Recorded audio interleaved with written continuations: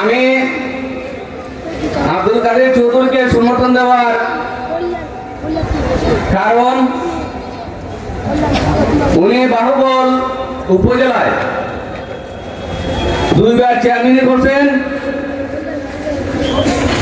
উনি চেয়ারম্যানকালীন যখন ছিলেন প্রথম 2 বছর, দ্বিতীয় স্থানে আবার 5 বছর।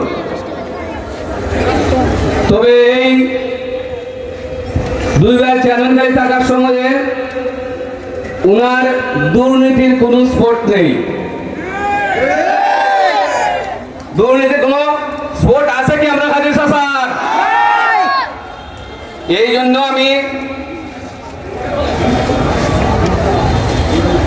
জন্য আমি ওনাকে সাপোর্ট দিয়েছি। বাহুবলের আনাচে কানাচে অনেক সমস্যা হয়। বিচারে আসারে উনি নিজের পকেটের টাকা খরচ করে গাড়ি ভাড়া দিয়ে বিচারে যান। উনি আজ পর্যন্ত আমার জানা মতে কোনো ঘুষের সাথে উনি জড়িত নাই। অনেক প্রার্থী